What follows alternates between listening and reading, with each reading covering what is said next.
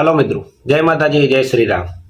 मित्रों, आज આપણે વાતચીત કરવાના છીએ કે કિંજલબેન રબારી અને અશોક ચૌધરી જે પોતાના ઘરે પાછા આવી ગયા છે એના પહેલા એક રબારી સમાજ અને ચૌધરી સમાજની જે મીટિંગ મળી હતી એની અંદર એવી શું વાતચીત થઈ કે કિંજલબેન રબારી અને અશોક ચૌધરી બંને માની ગયા અને બંને પોતાના ઘરે પાછા પરત ફર્યા છે। તો મિત્રો, વાતચીત એવી હતી કે શુક્રવારના દિવસે એક ઘટના બને છે, એક મીટિંગ મળે છે, તેની અંદર ચૌધરી સમાજ અને પટેલ સમાજ।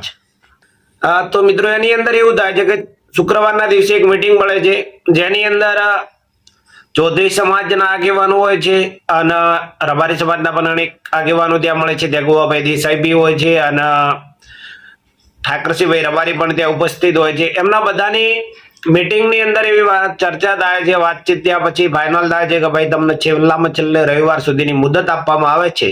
જો તમે રવિવાર સુધી અમારી દીકરીને પરત નહીં કરો અમારી સમાજને, તો એના પછી જે પણ કોઈ ઘટના બનશે તેની સંપૂર્ણ જવાબદારી તમારી રહેશે અને જે ઘટના બનશે એ તમારી જવાબદારી રહેશે, કારણ કે અમે તમને રવિવાર સુધીનો ટાઈમ આપીએ છીએ। પણ જો તમે રવિવાર સુધી અમારી દીકરીને પરત નહીં આપો તો પછી કઈ પણ જાતની ઘટના બનશે તેની જવાબદાર તમે પોતે રહેશો। તો એના પછી જ્યારે મીટિંગ પૂરી થઈ જાય છે એના પછી અશોક ચૌધરીના જે પિતા હોય છે, જે કિંજલબેન રબારી જે દીકરાને પ્રેમ કરતા હોય છે, એ દીકરાના પિતા મીટિંગની અંદર શું કહે છે એ તમે પહેલા એકવાર સાંભળી લો, એના પછી આપણે વિડીયોની અંદર વિગતે ચર્ચા કરીશું। મિત્રો,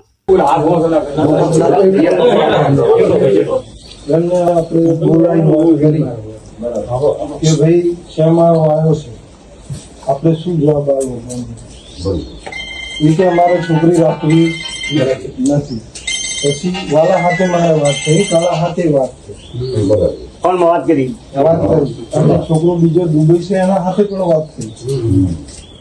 તો 2 દિવસથી એ લોકો તમારા ગોવાભાઈ નો છોકરો, સદાણથી ઈશ્વરભાઈ નો છોકરો, આ બધા ગોચવામાં ભેગા છે। આ તમને ખબર ના હોય તો કઈ એ લોકો તમારા 5 માણસો છે ને અમારા 10 માણસો છે। એમને આપણે સ્પષ્ટ કહી દીધું કે તમારા મનમાં હોય કે જો ગોમને કહેતા અને અમને માર ખાશે તો તમારા ઉપર અમે ગોમ સરશે અને ભગવાનનો વારો છે ને ઘણા દાડા થશે તો માર ખાઈને આવશે એના કરતા પહેલી આવી દો, માર ખાઈને આવશે એના કરતા પહેલી આવી દો। પણ હવે એમને 2 દાડાની મુદત માગી છે।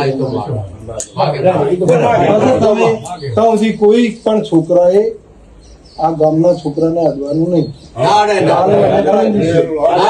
તમારો રવિવાર અમારો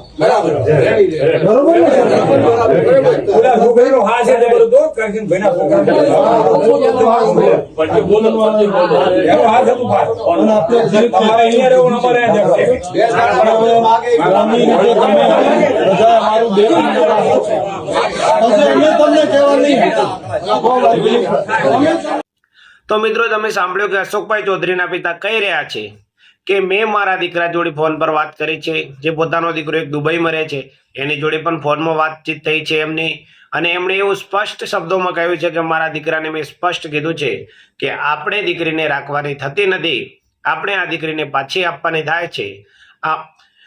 એમણે એવું પણ કીધું કે મેં મારા દીકરાને એવું પણ કીધું છે કે માર ખાઈને પાછી આપવી કે પછી કઈ અબનાવ કે ઘટના બને, અબનાવીય ઘટના બને એના પહેલા પાછા આવીને આપી દેવી એ સારું કહેવાય, અને સમજી જા તો તું સારું કહેવાય। તો મિત્રો, એના પછી એમના એ ગામજનોને કહે છે કે મેં એમના જોડેથી રવિવાર સુધીની મુદત માગી છે। શનિવાર અમારો અને રવિવાર તમારો, જો રવિવાર સુધી અમે પરત ના આપીએ દીકરી તો એના પછી તમારે જે કરવું હોય તે કરી શકો છો, પરંતુ રવિવાર સુધી કોઈએ પણ અમારા દીકરા કે અમારા ગામના કે કોઈ પણ જાતના માણસો જાતે જોડે કઈ પણ જાતની ઘટના ના બનવી જોઈએ, કોઈની કોઈ પણ જાતનો વાદ વિખવાદ ન થવો જોઈએ।